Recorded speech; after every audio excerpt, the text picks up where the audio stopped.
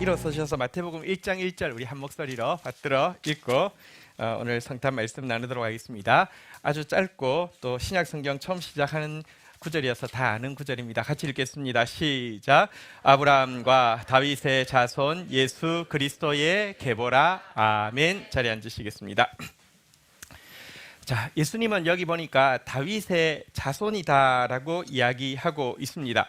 워낙 여기 자손이라고 번역한 단어가 원래 뜻은 아들이라는 뜻입니다. 예수님에 대해서 다윗의 아들이다 이렇게 이야기하고 있는 내용인데요. 이 말은 예수님이 다윗 왕처럼 왕이 되시고 다윗 왕처럼 위대한 왕이 되어서 다윗 왕처럼 위대한 왕국을 세우실 것이다 라는 것을 강조하는 표현입니다. 제목 한번 따라하겠습니다. 다윗의 자손 예수. 다윗의 아들 예수.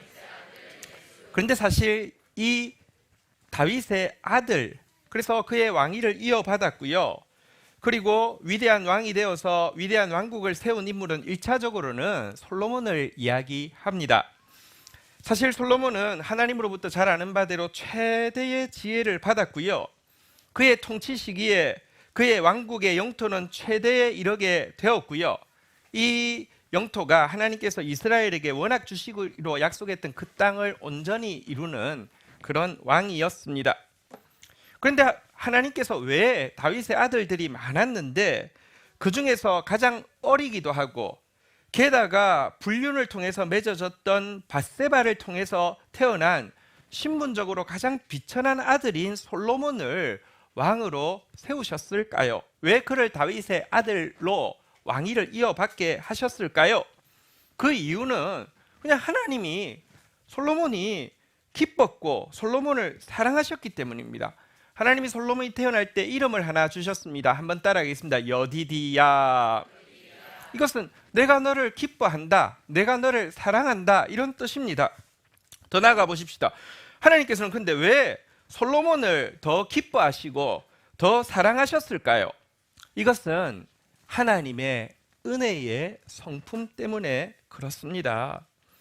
여러분, 사실 더 원천적으로 돌아가서 이스라엘이라는 민족을 왜 성민으로 택하여서 그들을 통하여서 하나님의 뜻을 나타내고 구원을 이루려고 하셨을까요? 이거 역시 이유는 하나입니다. 하나님이 그들을 기뻐하시고 그들을 사랑하시고 하나님이 그들에게 은혜 베풀기를 좋아하셨기 때문입니다. 너는 여호와 내 하나님의 성민이라. 내 하나님 여호와께서 지상 만민 중에 너를 자기 기업의 백성으로 택하셨나니 라고 이야기하고 나서는 7절부터 보면 이유가 나옵니다. 여호와께서 너를 기뻐하시고 너를 택하심은 너희가 다른 민족보다 수요가 많기 때문이 아니니라. 너희는 오히려 모든 민족 중에서 가장 적으니라. 8절 같이 한번 읽도록 하겠습니다. 시작. 여호와께서 다만 너희를 사랑하심으로 말미암아 또는 너희의 조상에게 하신 맹세를 지키려 하심으로 말미암아 자기의 권능의 손으로 너희를 인도하여 내시되 너희를 그 종되었던 집에서 애굽 왕 바로의 손에서 속량하여 나니. 여기 보면 하나님께서 이스라엘을 성민으로 택한 이유가 두 가지가 나옵니다. 모든 민족 중에서 제일 작기 때문이고, 특별히 당시 세계에서 가장 강한 왕국인 이집트로부터 가장 비참하게 고통받고 있기 때문에 그들을 택하셨다. 이게 하나님의 은혜입니다. 한편 솔로몬이 이런 지혜를 받고 또 그 결과 그의 왕국이 아주 강하게 세워졌을 때 그것을 시험하기 위해서 왔던 시바 여왕은 눈으로 그것을 확인한 후에 뭐라고 이야기하냐면 내가 들었던 소문은 실상에 비하면 절반도 안 됩니다 라고 탄복하고 나서 하나님께서 왜 솔로몬을 왕으로 세워주셨는지 그 이유와 또 하나님께서 그에게 지혜를 주셔서 그의 나라를 이루려고 하는 모습에 대해서 이렇게 예언적으로 이야기했습니다. 열왕기상 10장 9절 스바 여왕의 고백입니다. 당신의 하나님 여호와를 송축할지로다. 여호와께서 당신을 기뻐하사, 여디디아죠, 이스라엘 왕위에 올리셨고 여호와께서 영원히 이스라엘을 사랑하심으로, 여디디아, 당신을 세워 왕으로 삼아, 한번 따라하겠습니다. 정의와 공의를 행하게 하셨도다. 공의란 말씀대로 하는 것을 말하고 정의란 그 결과 비천한 자들을 도와주고 자유롭게 하는 것을 말합니다. 사실 하나님께서 이스라엘 백성들을 출애굽시키신 역사는요, 간단하게 이야기하면 정의와 공의를 행하신 것입니다. 말씀의 언약대로 비천한 그들을 자유롭게 해주신 것, 이것이 출애굽 사건입니다. 요약하자면 하나님께서 왜 솔로몬을 다윗의 아들, 다윗을 이어받을 왕으로 세웠느냐? 은혜 때문입니다. 그리고 그렇게 하신 목적은 정의와 공의를 행하게 하려는 것입니다. 사실 솔로몬은 누구보다도 다윗의 아들 중에서 제일 많은 은혜를 받은 사람 아닙니까? 어쨌든 가장 부족한 사람이지 않습니까? 그래서 은혜 받은 그가 왕이 되면 하나님은 그에게 너야말로 하나님 말씀대로 정의를 행할 것이다 라는 기대를 가지고 그를 세웠다는 것입니다. 하지만 안타깝게도 다윗의 자손 다윗의 아들 솔로몬 왕은 변질되어서 이 하나님의 은혜를 잊어버렸고 이 하나님의 목적도 내팽개치게 되었습니다.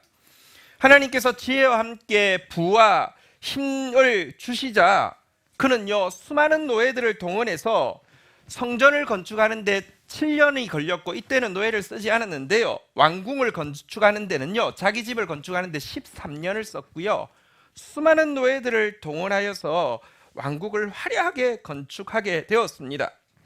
자기가 가진 부가 너무 엄청나기 때문에 그것을 보관하기 위해서 국고성이라고 해서 국가의 보물을 저장하는 성이라고 해서 여러 군데 계속 노예들을 동원하여서 짓게 하였고요, 너무 지킬 게 많다 보니까 말과 병거를 대량으로 구매를 하게 되었습니다. 근데 너무 대량으로 무기를 구매하고 보유하다 보니까 요령이 생겼습니다.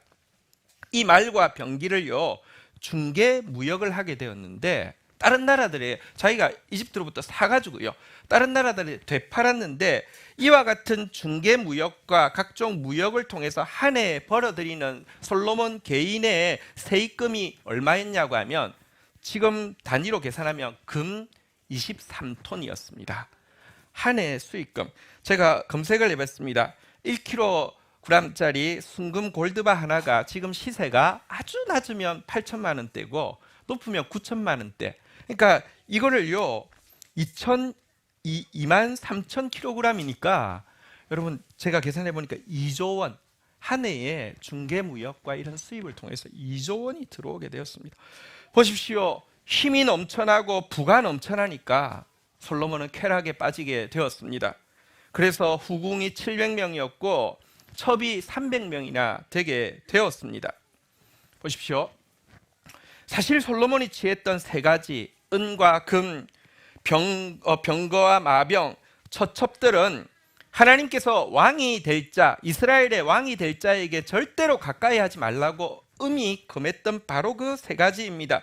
신명기 17장 16절부터 이렇게 이야기합니다. 왕이 될 사람은 병거와 마병을 많이 두지 말 것이요, 병마를 얻으려고 그 백성을 애굽으로 돌아가게 하지 말 것이니, 이렇게 이야기하면서 마차 많이 두지 말라고 했습니다. 17절 한번 볼까요? 같이 한번 읽겠습니다. 시작. 그에게 아내를 많이 두어 그의 마음을 미혹되게 하지 말 것이며 자기를 위하여 은금을 많이 쌓지 말 것이니라. 병마, 처첩, 은금, 사실 이것은요 각각 권력을 상징하고 쾌락을 상징하고 물질을 상징하는 것인데요, 솔로몬은 하나님께서 주신 지혜와 하나님께서 주신 기회를 가지고 정의와 공의를 행하는 대신에 권력과 물질과 쾌락을 추구하게 되었습니다. 이것은 하나님께서 솔로몬에게 기대했던 왕의 통치와 왕국의 모습과는 정반대되는 것이었습니다. 제가 아까 솔로몬의 1년 세입금이 23톤이라고, 순금 23톤이라고 했는데 이것이 성경에는 어떻게 기록되어 있냐고 하면 달란트로 기록되어 있는데요, 달란트로 몇 달란트일까요? 정확하게 666달란트입니다. 사실은 666이 처음 여기서 나오는 것이고요, 이 숫자 자체가 하나님께서 원하시는 모습과 정반대로 가고 있다는 것을 상징적으로 보여주는 것입니다. 과거 억압당하는 노예 민족이었다가 해방된 이스라엘은 어느덧 다른 민족과 나라들을 억압하는 새로운 이집트가 되어 있었고요. 솔로몬 왕은 새로운 파라오가 되어 있었고요. 중개 무역을 통하여서 사실은 하나님이 그들을 공의와 정의를 온 세상에 퍼뜨리는 나라가 되기를 원하셨는데 말과 병거를 온 세상에 퍼뜨리는 불의와 폭력을 전달하는 나라로 전락하게 되었습니다. 우리가 아는 것은 솔로몬 왕국 때에 최대의 영토를 가졌고 최대의 부귀 영화를 누렸다는 것이지만 솔직히는요, 그가 죽자마자 그의 죽음과 동시에 왕국은 분열되었고 백성들은 부패하게 되었고 결국은 유다, 남유다, 북이스라엘 다 종말을 맞이하게 되었습니다. 그런데 성경에 보면요, 다윗의 아들 솔로몬 왕과는 달리, 그가 만들었던 이 이스라엘 왕국과는 달리 참된 다윗의 아들, 다윗의 자손이 올 것이라고 예언하고 있습니다. 북이스라엘은 망했지만 남유다는 아직 망하지 않은 상태에서 점점 망해갈 때에 사역한 사람이 이사야 선지자입니다. 이사야는 이렇게 예언하고 있습니다. 다윗의 장막에 인자함으로 왕위가 굳게 설 것이요 그 위에 앉을 자는 충실함으로 판결하며 정의를 구하고 공의를 신속하게 행하리라. 또 시간이 조금 더 지나서 이제 남유다 왕국마저 망했을 때 예레미야 선지자는 다시 이렇게 예언하고 있습니다. 예레미야서 23장 5절 같이 한번 읽겠습니다. 시작. 여호와의 말씀이니라. 보라, 때가 이르리니 내가 다윗에게 한 의로운 가지를 일으킬 것이라. 그가 왕이 되어 지혜롭게 다스리며 세상의 정의와 공의를 행할 것이며. 바로 이 다윗의 자손이 오늘 탄생하신 예수님이십니다. 예수님이 이 땅에 왜 오셨느냐? 공의의 말씀대로 정의를 시행하기 위해서입니다. 예수님이 그의 사역을 시작하실 때 회당에서 이사야의 말씀을 읽고 선포하면서 이 말씀이 이제 응하였다라고 이야기한 내용이 누가복음 4장 18절입니다. 오늘 아까 대표기도 때도 유도신 집사님이 말씀하셨는데요. 같이 한번 읽어보도록 하겠습니다. 시작. 주의 성령이 내게 임하셨으니 이는 가난한 자에게 복음을 전하게 하시려고 내게 기름을 부으시고 나를 보내사 포로된 자에게 자유를, 눈먼 자에게 다시 보게 함을 전파하며 눌린 자를 자유롭게 하고. 이 내용 19절에 보면요, 주의 은혜의 해를 전파하게 하려 하심이라. 내가 이 땅에 온 이유는 공의와 정의를 행하게 합니다. 이 일이 이제 너희에게 시작되어진다라고 선포하고 있습니다. 예수님은 사실 온 우주의 왕이십니다. 여러분, 태양을 세우는 것보다 예수님을 세우는 게 더 큰 사건입니다. 그러나 예수님을 세우는 방법은 성경에 너무 확실한 한 가지 방법이 있습니다. 무엇이라고 고백만 하면 예수님은 서셨습니다. 그 고백이 무엇인지 아십니까? 한번 배우도록 하겠습니다. 따라하겠습니다. 다윗의 자손 예수여, 나를 불쌍히 여기소서. 다시 한번 고백하겠습니다. 다윗의 자손 예수여, 나를 불쌍히 여기소서. 비천한 마음으로, 겸손한 마음으로 부르짖기만 하면 은혜 베풀기를 좋아하시는 주님은 무조건 서셔서 그에게 은혜를 베풀어 주시고 말씀대로 정의를 행하셨다는 것입니다. 물론 이 예수 메시아 왕과 그분의 통치와 그분이 이야기하는 나라는 세상 사람들이 기대하는 것과 많은 차이가 있었습니다.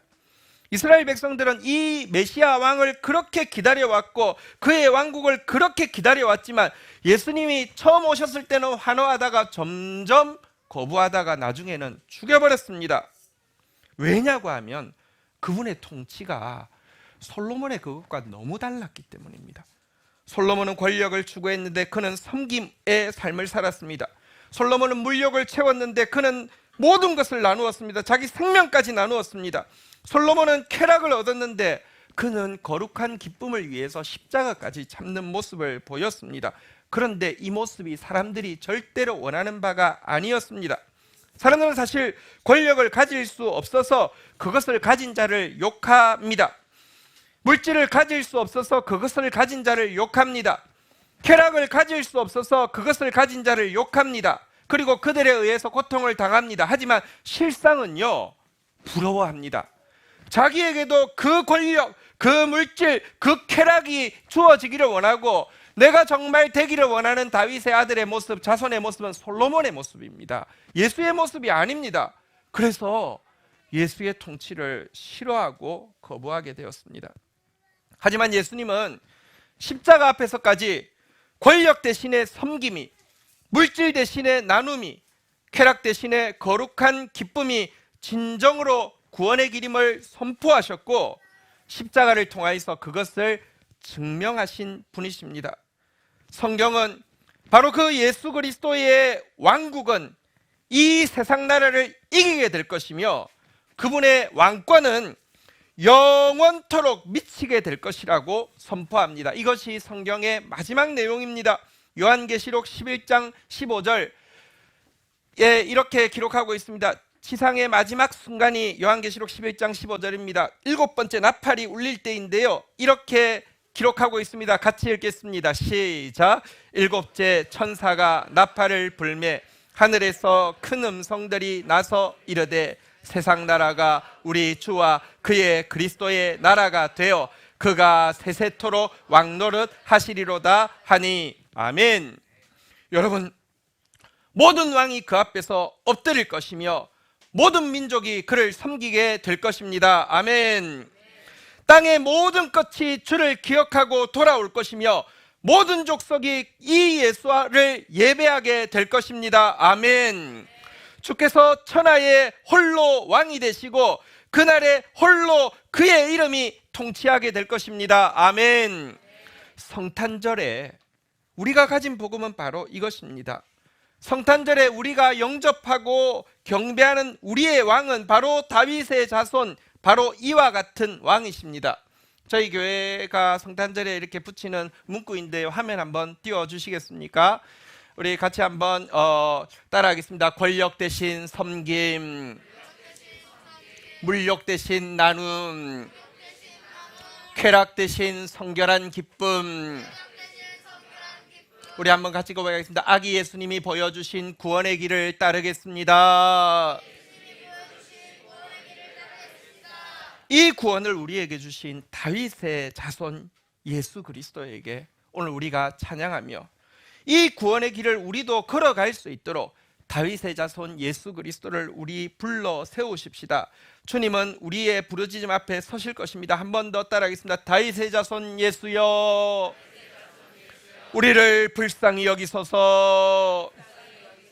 왕으로 오신 주님께 우리 다 함께 자리에서 일어서셔서 우리 찬양하면서 그분 앞에 그분의 통치를 높이는 시간 가지도록 하겠습니다. 기쁘다 구주 오셨네. 같이 고백하겠습니다.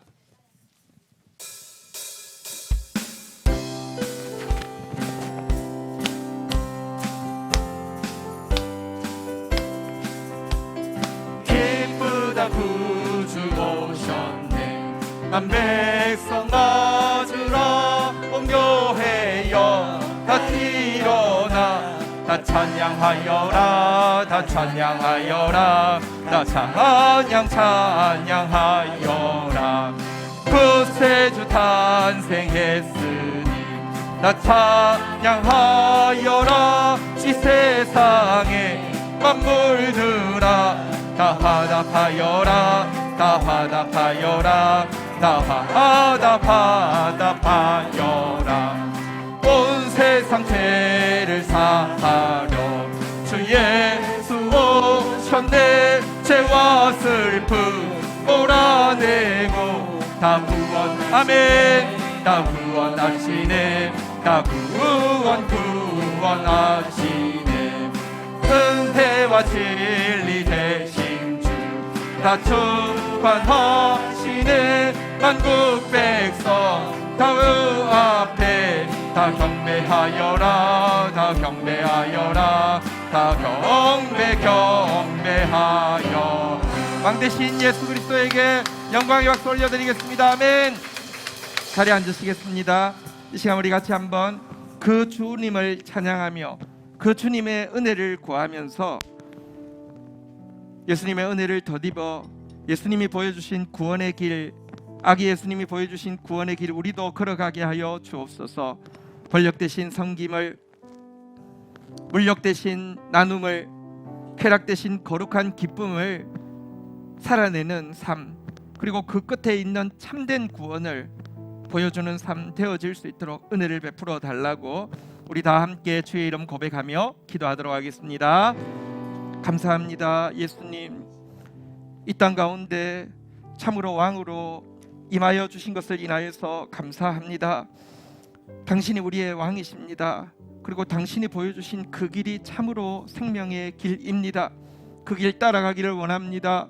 성령님, 우리 가운데 충만하게 임하여 주셔서 권력 대신에 섬김을, 쾌락 대신에 거룩한 기쁨을, 무력 대신에 나눔의 삶을 살아가는 공동체로 설 수 있도록 축사하여 주옵소서.